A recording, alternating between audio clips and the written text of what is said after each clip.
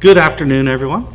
I'd like to welcome everybody to the Placer County LAFCO meeting of Wednesday, September 10th, 2025. I'd like to call this meeting to order, and can you please all follow me in the salute to the flag?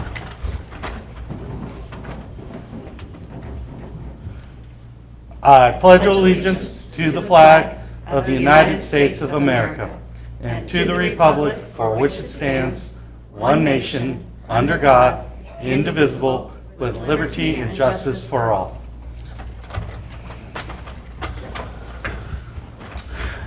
Amy, can I please get a roll call? Commissioner DiMattei. Here. Commissioner Eklund. Here. Commissioner Friedman. Here. Commissioner Gustafson. Here. Commissioner Lohman. Here. Commissioner Rohan. Here. Alternate Commissioner Landon. Here. Alternate Commissioner Spriggs. Absent. Alternate Commissioner Wilson. Here. Alternate Commissioner Youngblood. Here. And Chair Alpine. Here. You have a quorum. Thank you. We're going to change a little bit of the agenda order. After roll call here, we're going to go to 4, which is changes in agenda, approval of the agenda. We'll have public comment. We'll move to then item 7, closed session attendance. Item 8, closed session. Then we'll come back to item 3, a report from staff. And then we will come to the consent calendar, and then follow the agenda in regular order, agenda business items, commissioner comments, and adjournment. Can I get a motion to approve the agenda as amended? Thank you. Second. All right. All in favor? Aye. Aye. Opposed, abstained, motion carries unanimously. No, sorry. Please silence your cell phones. Okay. That'll bring us on to item 5, public comment. At this time, this is the opportunity for the public to speak to the commission on any subject within its jurisdiction that is not on today's agenda. You may, but are not required to submit a speaker card before the first speaker is called, and comments are limited to 3 minutes. Items from the public will be considered without discussion by the commission and may be referred to staff. So, I do have a couple cards. Jennifer Wright, would you like to speak? Good morning, or good afternoon, used to morning for the Board of Supervisors. Today I'm here to talk about the Newcastle Fire Department. Did you know that they respond to 800 emergencies a year? They're responsible to move into Auburn City and Meadow Vista fire departments when they are busy or away. They have their own diesel storage that allows them to save money on fuel and extend that offer to other fire stations in the area, which reduces the other fire stations' bills for fuel. But did you know that this station will probably fail, not probably, but will fail in 1+ years? And this is from an independent review. However, the station will probably fail sooner from employees leaving if a merger isn't met. We've already had one firefighter give us notice in the station, and I'd like to remember that these firefighters do not receive any benefits above their pay, so they're just there for pay with no benefits like every other fire department. The best way to save this much-needed fire station is here with you. Merging Newcastle and Placer Hills, we would be able to leave the 2 Newcastle voter-approved taxes in place and lay 1 Placer Hills tax over Newcastle. This would allow Newcastle to match the Placer Hills and not become a burden in the merger. The increase for Newcastle would be $220 a year, or 62 cents a day. None of this would come from the general fund. This would save the station and have it running in the black year after year. Remember, in Newcastle right now, we've not had any monetary increase for fire since 2012. We've seen inflation and we've seen the cost of living go up since 2012 exponentially. With this $220 a year or 62 cents a day, this would allow Newcastle Fire Department to improve their level of services to ALS, Advanced Life Support, and Paramedic. This would benefit all the surrounding communities as well. Overall, this merger hurts no other fire agency and should be the first step in merging these districts into one agency. The merger is supported by voters, staff, and the union. This process has been going on now for 3 years, and we're really running out of time. Very, very much. Please honor the citizens in the wildland-urban interface and help them keep their fire insurance. And remember, one less fire engine in our area could be catastrophic. Thank you. Thank you very much. We have another speaker, Ian Gatt. Hi, Chief. Good afternoon, Commissioners. Appreciate your time, as always. Jennifer stole all my thunder. It's one of the benefits of having engaged community members. They come to the board meetings, they listen, and they learn, so it's a real help. All I'd like to say is, I know you have a lot going on right now, and it's pretty hectic, but the soonest you can hear our application for the reorganization between Placer Hills and Newcastle would be immensely helpful. Supervisor Gustafson's been pushing us hard, and we want to get it. We want to get it before you. Newcastle Fire is in a monetary crisis.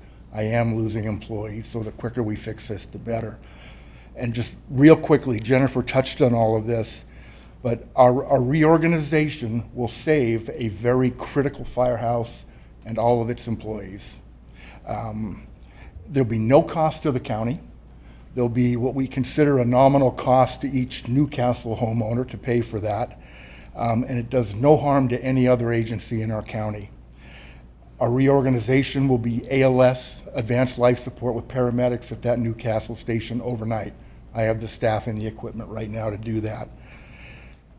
And with the LAFCO process, we have been able to reconfigure our budgets, and we have finished that, and we're ready to present it to you.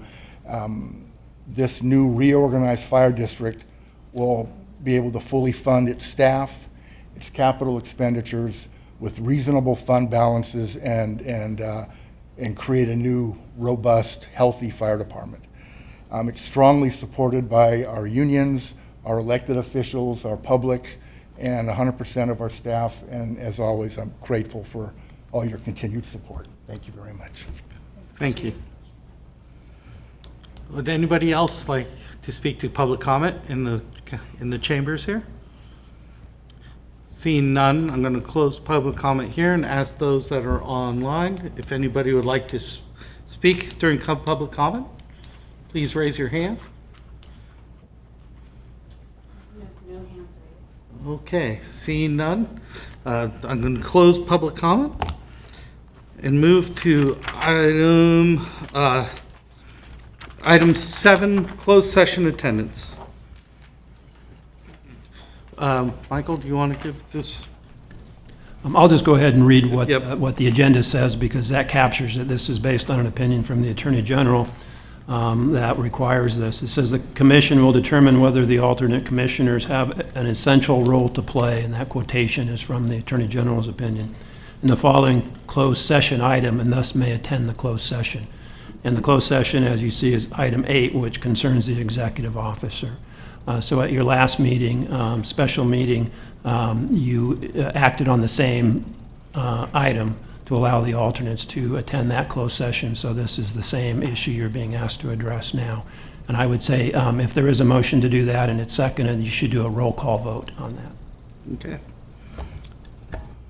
Did I have a motion from the, I'll make a motion okay? to allow them. All right. Can I please have a roll call vote? Commissioner DeMattei. Yes. Commissioner Eklund. Yes. Commissioner Friedman. Yes. Commissioner Gustafson. Yes. Commissioner Lohman. Yes. Commissioner Rohan. Yes. And Chair Alpine. Yes. All right, motion carries.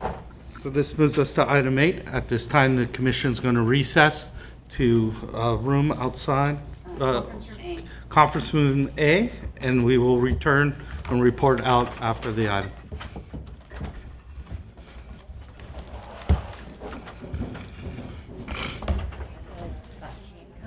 I didn't swear him in before. Did you want him?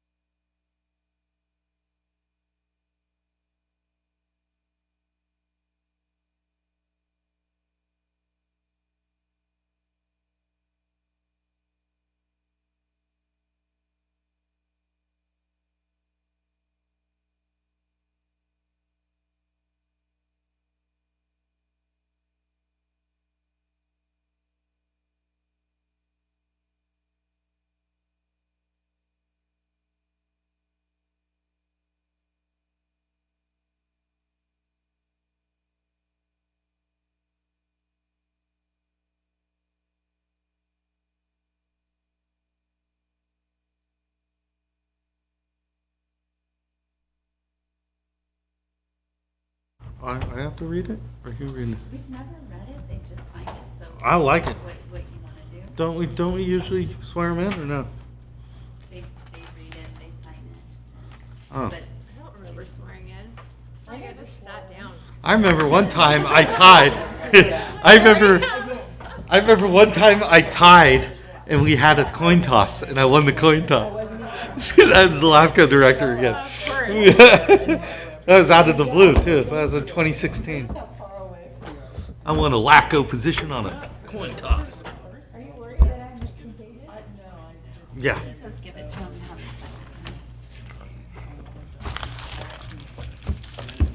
second. Some dog eating. Yeah, there it is. No. Okay. Oh, I'll just give staff, or you could say the staff report, and once he signs that, we're going to welcome Scott Wilson. All the way from Lake Tahoe.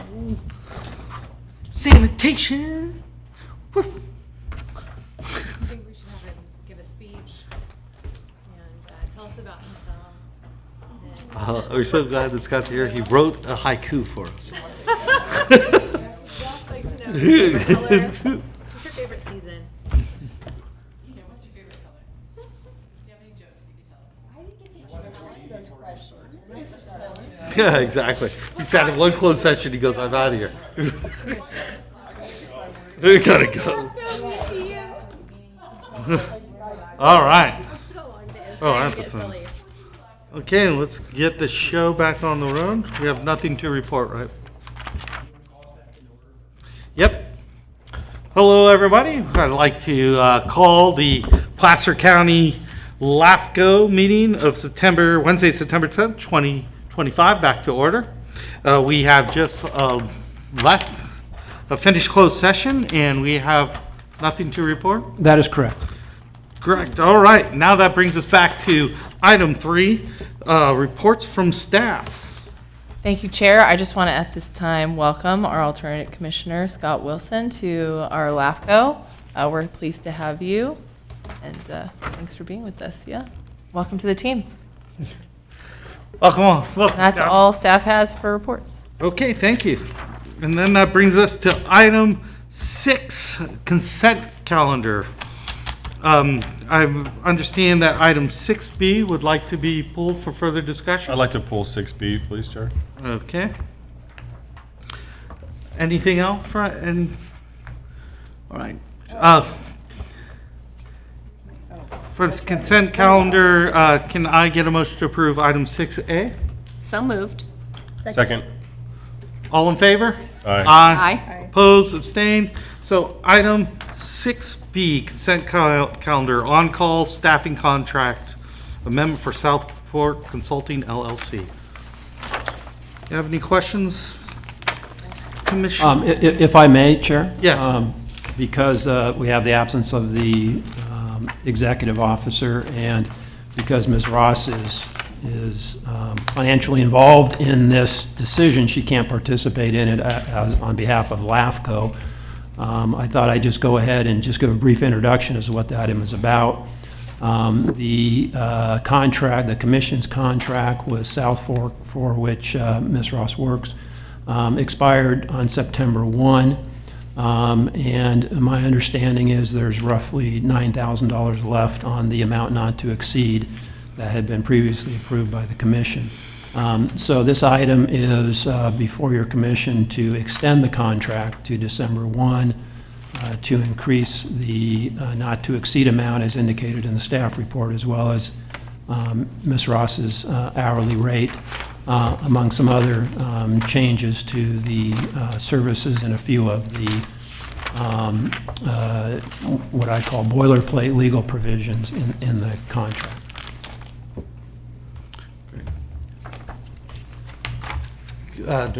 Commissioner DiMattei, you have some Yeah, questions? couple questions. First, why extend the contract to December 1st? Why not to December 31st? I didn't get a chance to read all the changes that came that were different. But I guess that's my first question, if we can go from there. My second question was, It states here that the role of acting assistant executive director, but in the contract it has on-staff consultant. So who changed those titles? Was that those titles ever changed? I saw some documents that were signed. Nothing against Amanda, I just want to know if something that Michelle did, she didn't bring it back to the staff, because I'm looking at past reports that are concerning that if that was a title that was to given Ms. Ross, was it legally done through the commission? So, according to the contract, it states that she's, whatever the title is, titles to me don't mean anything, but this is just kind of a legal question, I guess, to bring back to Michael. But if it's not in the contract, do we leave her title the same? And why can't we do it till the end of the year? Those are a couple discrepancies that I found. Okay, with respect to the first question about the end date, when it's appropriate time, I'll ask Ms. Ross to address the December 1 versus December 31. I don't know the reason for the choice of December 1 versus any other date. So I'll allow her to address that when she has an opportunity to speak.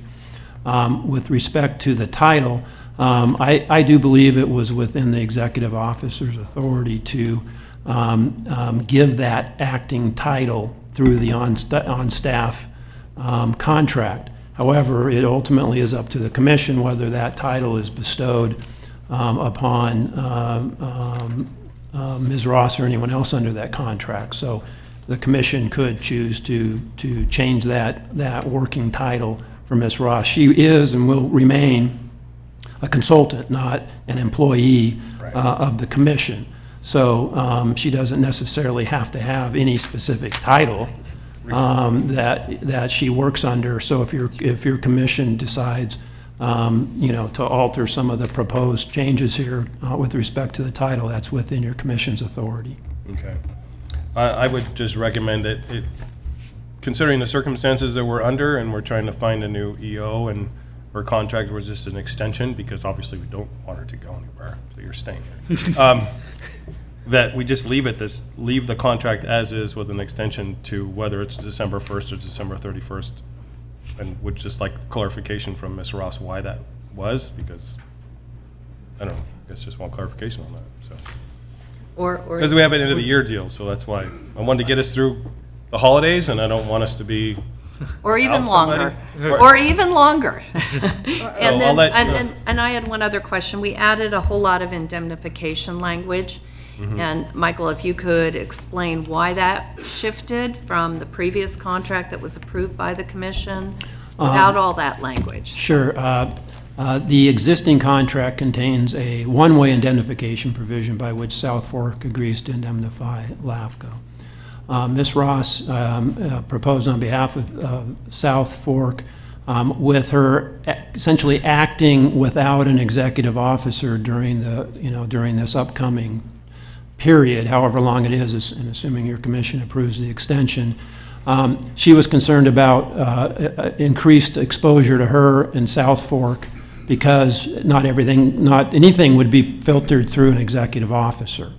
And so she requested a mutual indemnification provision, as well as the limitation of liability provision. And then the additional provision that relates to, again, what I kind of call boilerplate, was she requested the ability to terminate on 30 days' notice. Okay. But I think, my understanding, and when it's her turn, and I think just to keep things clear, we ought to let her address you after all of you have asked your questions, absolutely. rather than, as we go along serially. But I think that was, her concern about protecting her interests because of that additional potential exposure. I'm, on behalf of your commission, I'm confident that the risk of exposure for your commission is very, very low by agreeing to those And if there was a additional changes. concern at the time we do appoint or, retain an interim executive officer or an executive officer, this language could go back to our standard contracting requirements?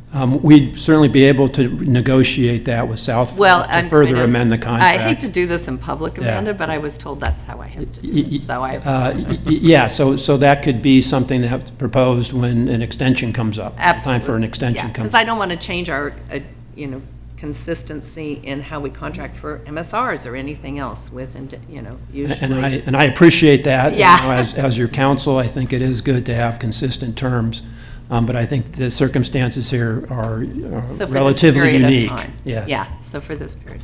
Okay. Okay, any other questions from the commission? Okay. Oh, yes. Oh, let's see, Commissioner Friedman? reading the. I was looking, So this is probably a stupid question, because I'm sure that South Fork has a staff of thousands, but is Ms. Ross and South Fork used interchangeably in this? Because in some places it says the contract is with her directly, and in some places it refers to South Fork. No, the contract is with South Fork. Ms. Ross is a principal of South Fork. I can't answer your question whether it's a cast of thousands or not, but the contract is with South Fork LLC, South Fork Consulting LLC, and she is a principal. So the references to Ms. Ross are, the commission is requiring under the contract that South Fork assign Ms. Ross Okay. to perform these services. Thank you. Yeah. Okay, thank you. Any other questions, comments? The commission, okay, I'll turn it to Ms. Ross. Thank you, Commissioners. No, there are not thousands. So in regard to Commissioner De Matteis' question, so the idea of this scope and the length of this contract was to help bridge this gap while you guys look to hire an interim EO, which is why there's the changes in the contract itself. With the anticipation, in my letter, I requested that you consider reassigning me back to the Loomis MSR to get that MSR completed. So the idea would be that this contract starts, it goes through to the 1st of December, and it goes back to the original contract language, and I get assigned that Loomis MSR, and I transition to getting that through for you, because it is 40% completed. There's already been all of the data associated with that. It's just the part of getting that draft finished so it can get to the public hearing. And once that's completed, we could talk about me coming back in a more staff level scope capacity. Okay. But I really want to try to get that completed for you guys so it's done and ready to go, because I just don't have as many hours to devote to that if I am staff time. Right. And I'm working to find sub-consultants to help with that, but that was the reason for that timeline. Okay, thank you. That answers more of my questions. Another question that just pops up is that if she continues doing MSR for the Loomis deal, we still have to put that on hold until we have an interim EO, right? If she gets it finished and comes to us, we can't vote or do anything until we have one, right? But she can still complete the project as is. Okay, just want to clarify that. So if we're able to hire an interim sooner, you're willing to revise this back to getting work on the Loomis MSR? Absolutely, and no problem. And I think at one point we were told that both you and Michelle were going to be working on the CSA 28 and the Forest Hill gaps in the fire MSR. Is that work that you've started, or? That has not been tasked to me, no. Okay. Thank you. Thank you. So if we were to make, not that I'm making a recommendation, I'm just asking. Yeah. As proposed, not amended, or amended for her contract? Still has to be open to the public. Right, no, I know, but I'm asking questions. I'm not making a proposal. Open it to the public. Yeah. I'll come back to that question. Yeah, we can discuss it after public. All right. Would any member of the public like to speak to this item on consent item 6B? Have any comments? Seeing none in the chambers. Anybody online? Seeing none. All right, now it's back to the commission for I appreciate the questions that have been asked, or the comments that have been asked by the commissioners, and thank Amanda for the responses, and especially the attorney for the clarifications. I'm satisfied with moving forward as presented to us, and would make that motion now. And I'll second that, and hope that it goes beyond December 1st with the final revisions, or it happens quicker and moves longer. How's that? Those are just comments. I've seconded the motion. All right. So with that, all in favor? Aye. I'm sorry, Chair. A roll call? I think it's important to have. All right, we're going to have a roll call vote. Hey, one other Thank you. question before we have a roll Yes, call please. vote. Do we have to assign the chair or the vice chair to sign this contract since we don't have an EO? So don't we have to vote on that as well? I think that's in the, Item, in the recommended action, is to authorize the chair to enter into an amendment. Yes, so by approving the recommended action, which I take it to be Commissioner Rohan's motion as to item 1 there, then that would also authorize the chair to sign the contract. Okay. Thank you for that clarification. All right, Commissioner DiMattei, Yes. Commissioner Eklund, Yes. Commissioner Friedman, Commissioner Gustafson, Yes. Commissioner Rohan, Yes. alternate Commissioner Youngblood, Yes. and Chair Alpine. yes. Motion carried. Thank you. All right, let's move on to item 9A, Executive Officer Recruitment. Okay, oh, do you want to take this? Okay, go. Apologize. No, certainly Ms. Ross could handle this, but this item, 9A, is obviously a result of the executive officer submitting her notice of resignation recently, and that obviously puts the commission in the position of having to decide how to go about hiring a new executive officer. And the commission, under LAFCO law, really cannot function in terms of its substantive role without an executive officer. So that raises also the issue of whether the commission may want to hire an interim executive officer in order to allow sufficient time for a search and process to be done to hire a new full-time permanent executive officer. So this item, the agenda item was written in a way to allow your commission to discuss processes for hiring an interim executive officer, a permanent executive officer, or both. And then also, if it were your commission's desire, it would empower you to authorize the chair to enter into a contract with a recruiting firm, although your commission would have, if you did that today, would have to establish a not to exceed amount if you were to do that. So it's written in a way to allow you to consider all of those options. And I believe that Ms. Ross, since you've now extended her contract, has some input from her unique position serving with the staff. Right, thank you, Michael. So I had just taken the staff report and put it in a PowerPoint presentation, but Michael pretty much summarized it for us, so I'm not going to go back through it. But the ultimate goal here is that you find someone to run the executive officer position, either in an interim capacity or permanent. But the idea would be that we get someone in as soon as possible because, as Michael mentioned, the actual work of the LAFCO cannot move forward without an executive officer or interim executive officer. All right. Thank you. Thank you, Ms. Ross. Is there any questions from the commission on this report, on this item? Seeing none, I'm going to ask the public. Would anybody from the public would like to speak to this item? Seeing none in the chambers, I'll ask those that are online. Anybody online like to speak to this item? Seeing none, I'll bring it back to the commission for action. I'd like to, if I could, make a motion to authorize the chair and the vice chair to contact consulting firms to submit proposals to serve as interim executive director until a permanent executive director is appointed. And during that process, they may also come back to the commission with recommendations on a recruiting firm for the permanent job as well. Those conversations may lead to others. So I want you to have the authority to bring those back, not maybe to enter into that contract, but I'm good with authorizing you to contact those firms and get somebody on board. I'll second So that. authorize that. Yes.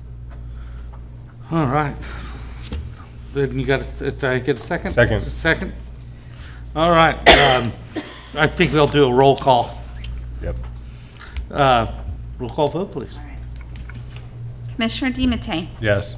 Commissioner Eklund, Yes. Commissioner Friedman, Yes. Commissioner Gustafson, Yes.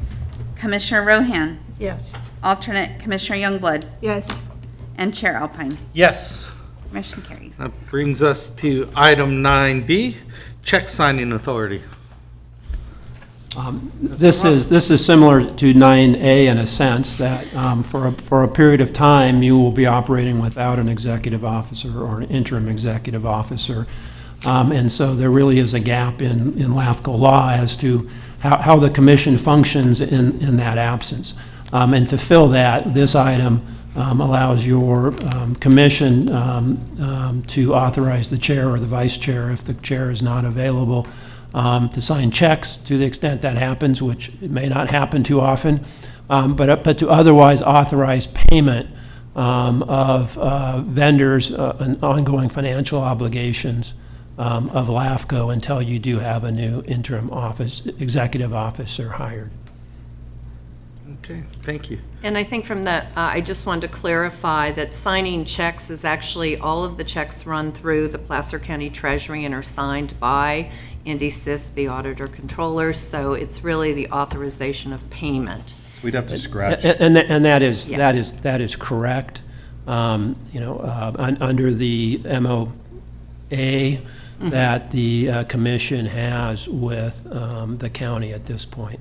So it really is, yes, authorizing payment by the county because the county takes care of your bank accounts and. So do we need to pays the change money out. that language in 8B to Well, there's actually. scratch sign checks? Yes, I mean, you can make a motion that, that just doesn't include to sign checks, it just says to authorize payments. If that's the Yeah, motion that you want to make. Yeah, we have I to like open it less to the public responsibility. first. It's- Open up to the public. I'm going to ask, okay, is there any more questions on this commission, from the commission to this? All right, and then going to ask the public, anybody in the public like to speak to this item? 9 Bravo. Seeing none, ask anybody online. Seeing none, bring it back to the commission for action. I'll make motion on 9B as is, except to scratch, to revise it to not sign checks as the commission is not authorized to sign checks as is. So I would move forward with the language, but exclude to sign checks. I'll second. Okay, so with that, can I get a roll call vote? Commissioner DiMattei, Yes. Commissioner Eklund, Yes. Commissioner Friedman, Yes. Commissioner Gustafson, Yes. Commissioner Rohan, alternate Commissioner Youngblood, Yes. and Chair Alpine. Yes. Right, Okay, that brings us to item 9, Charlie, Executive Officers Report. Thank you, Chair, Commissioners. So Michelle put together a nice little summary of the progress for your LAFCO. So we're doing an update for the first quarter of the 2025-26 work plan. As you can see in the report, there are several new projects that have been initiated that are outside of the 2025-26 work plan and were added to meet statutory obligations and respond to emerging applications. So you can see these are the 5 new projects that have been added to the workload for Placer LAFCO staff. We have the tax rate area overlapping boundary research project, the DUC mapping project, which I believe we have that ready to bring to your commission hopefully by the next meeting, but it might not be till November. We have the Town of North Tahoe proposed incorporation that has been submitted, the City of Auburn out-of-area service agreement for 85 Lincoln Way, and then this other this proposed annexation to SP UMD, South Placer Municipal Utility District, for this Swetzer Road property. And then we have a number of high status priority projects. So this is just an update for what we have currently going on with contractors. You have the MSR SOI study for the city of Colfax and Suburban Pines. RSG has the draft anticipated in winter of '26. The MSR SOI study for Heather Glen, Meadow Vista, and Midway Heights. That draft is expected to your commission sometime in the spring of next year. And then the town of Loomis, MSR SOI, which is currently on hold, but is about 40% complete. We have the MSR SOI study for the cemetery districts. The technical draft has been sent to staff, and after this meeting, I'll be asking for the chair for time to review that technical draft, and hopefully we can have the public review draft before your commission in November. And then we have the MSR SOI study for East Slope Fire Services. That's with ESCI. The Phase 1 public review draft is hopefully going to be before your commission also in November. And then the Placer Hills Newcastle reorganization, we're still waiting on the tax transfer agreement. We need the resolution from the Board of Supervisors for that application to move forward. We have a number of MSR SOI studies that are currently not in progress or incomplete. And then we are waiting for an application for a couple of proposed annexations you can see on here. And another out-of-area service agreement. We are also waiting for the application on that. And then we have some administrative projects we are working through. So high priority would be hiring 2 LAFCO analysts. The commission has received resumes for those. And we recommend that the commission consider assigning the interim EO and the personnel committee to look at those. And then this is just an update of the admin projects that you can see in the packet and what we're currently doing for all of those moderate priority administrative projects. I think that's my last slide. Okay. Any questions? Any questions on the I have a report? question. Probably a question to Michael. We don't have an executive officer, but we just received a report from an executive officer that we don't have. So can we accept this report? Well, yes, We I mean. technically don't have somebody to write this. She has no well, longer. No, our executive just to officer. clarify, sorry to interrupt. Yeah, no, thank you. Go ahead. Sorry. Okay, sorry. To clarify, your executive officer still is employed through an early date in November. However, she is on a medical leave of absence that will keep her out, and therefore she will not be coming back to work until prior to her actual date of resignation. She prepared this report before she went out on her medical leave. Okay. So therefore, technically, she still is your executive officer for the time being. She just is unable to act as that because she's on medical leave. Okay. So you can accept this report, but typically the commission doesn't make a motion to actually accept the report, receive and file. Some organizations, some boards do that. This commission doesn't typically do that. Yeah, no, because my thought was we would have to pull it, so thank you for the clarification. I appreciate it. Thank you. Commissioner Augustine? I just wanted to make sure that we communicate many of the people affected by what could be some delays here are communicated with, and I would like to suggest that we authorize the chair and vice chair to sign a letter to all those agencies that things might be delayed, that we're working very quickly to have an interim and review the work that's been done and make sure that we don't delay projects, but I know some are here, but many are not here, and I would like us to entertain that thought, because given the amount of work going on, I don't want people to be putting pressure on you, Amanda and Amy, to produce a lot of documents at this point in time. They need to understand in advance that there may be some delays, and we are working as quickly as we can. I would agree. So how would we go forward to authorize that? The chair directs. Yeah, I'll take that as, I'll take that as direction to work with. To work with Ms. Ross and and the vice chair to craft a letter to send out notifying all of our stakeholders of the current situation of where we're at and LAFCO and I'll just leave it at that. That's what, communicate our services again, and we'll make sure that a draft is sent to you before it goes out to the commission, before it goes out to our member agencies, if that's all right. Yeah, I don't want to make anyone afraid. I just want to reduce the expectations on staff that they might get from people saying, where's my where's my date? So, yeah. Understood. Thank you. I've heard some reports from other agencies that have suggested they're going to see something next month, and I'm thinking, no, you're not, but, yeah. I just wanted to clarify, since the direction was to the chair and the vice chair, that you shouldn't circulate the draft to the commission because of the Brown Act issues. Oh, there Just would be be- for the two of you to decide on what it looks like. What it looks like. Send it out. Okay.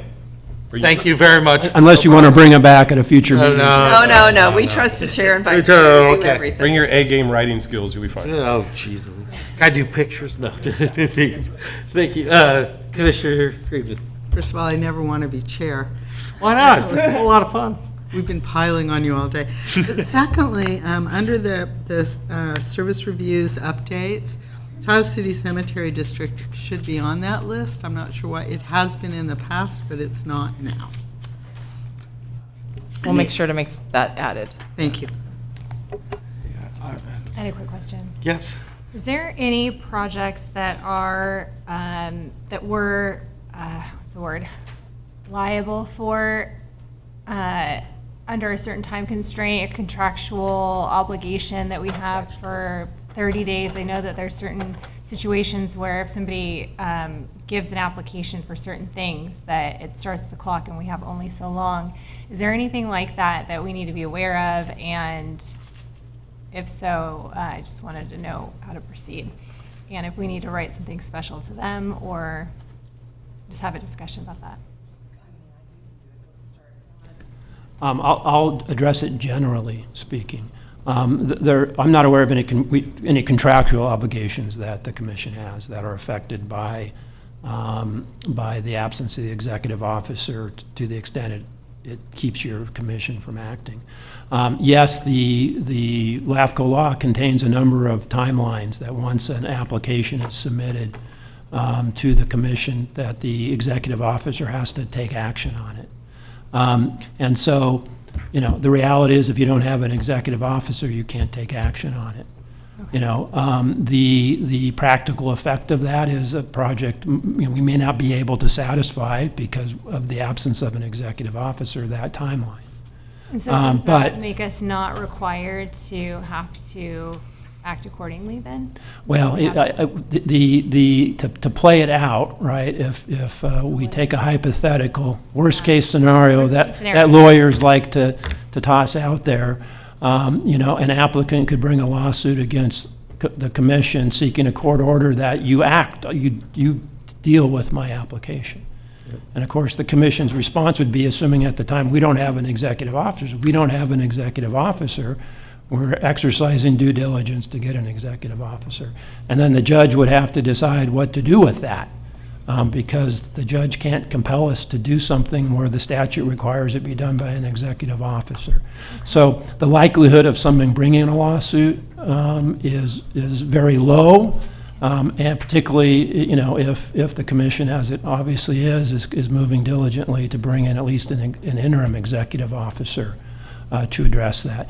There's no financial exposure to the commission. It would, if that worst-case scenario lawsuit was filed, it would just be an order from the court saying, do what the statute tells you to do. It wouldn't be a financial exposure to financial liability. Okay, great, thank you. I just like to know worst case scenario. Thanks, We're in a good place. Commissioner Rohan. Yeah, I'd like to ask Michael a question. Conversely, if we receive an application and within, say, like 30 days, we don't have an EO that says your application is incomplete, is that application automatically deemed to be complete?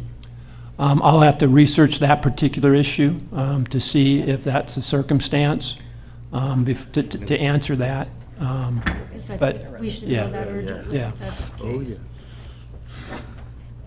And I guess I would ask Ms. Ross if anything has come in within the last 30 days or so, just so we know what on the work report here, it may be subject to that issue. So unfortunately, I don't have the CKH Act memorized, so I can't give you exact information. But with the town of North Tahoe, we just got a letter from them asking, can I say this? Yeah, the petition, they're asking for us to determine the number of registered voters within their boundary that they've submitted, and the EO has to provide that information to them so that they know how many signatures they need for their petition.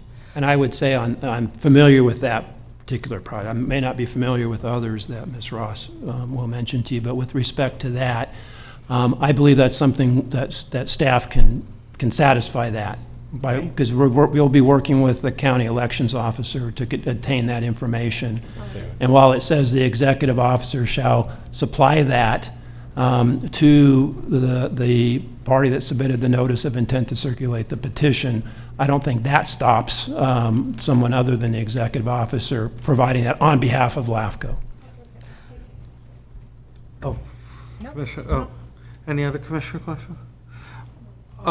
I just will suggest, maybe I'll work with Ms. Ross, and maybe we'll go through, we will go through and see what is submitted in the statutory timeline, so we could have that for the commission to understand what is pressing and what is not, kind of where we're at on the statutory point of view, respective of the work that is in front of us in those applications, which will help us guide some of our decisions that we'll be making here in the near future. With that, if I don't see any more questions, I can ask the public, if the public have any questions on the work plan? Online, does anybody have any questions, comments? Seeing none, we'll just receive and file this item, and that will bring us to commissioner comments. Any? My only comment is I want to thank our staff. I know this is, I've been in a situation where this has happened when I was in one of your positions, and I know it upsets the apple cart, and we understand that a lot of pressure gets put on the two of you, and I just want to thank you so much that we're here for you, and we'll try not to get in your way.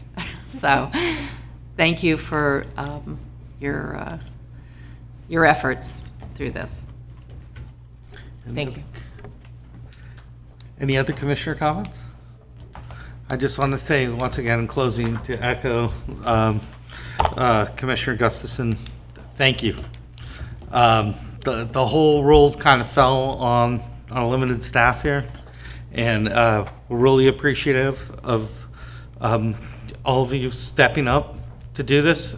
I know that's it's kind of it's kind of uncomfortable. We're all kind of out of bounds, but I like to think of us as a team here, and we're all here to help each other. I think we're all invested in everyone's success, even those that are our applicants and those that we serve, and we do understand that, and we're going to do our best to keep things on track and give a high level of service to, or continued levels of service, that is quality levels of service to those that interface with our commission. And once again, we really appreciate all the work you two have done.